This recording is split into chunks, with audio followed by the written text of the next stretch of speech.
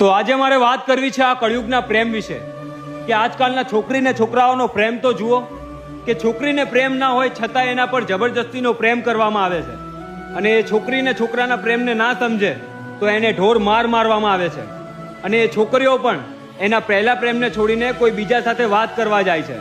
પણ સાહેબ, એ પ્રેમ આ કળિયુગમાં ક્યાંય જોવા ના મળ્યો જે રાધા અને કૃષ્ણએ કર્યો કે લગ્ન નથી થયા તો પણ મનથી લગ્ન કર્યા.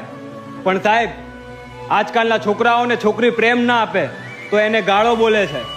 પણ સાહેબ, એ તો મારો કૃષ્ણ હતો જેને એની રાધાના જ લગ્ન બીજે થવા જઈ રહ્યા હતા, પણ છતાંય એ રાધાનો શૃંગાર મારા કૃષ્ણએ કર્યો હતો.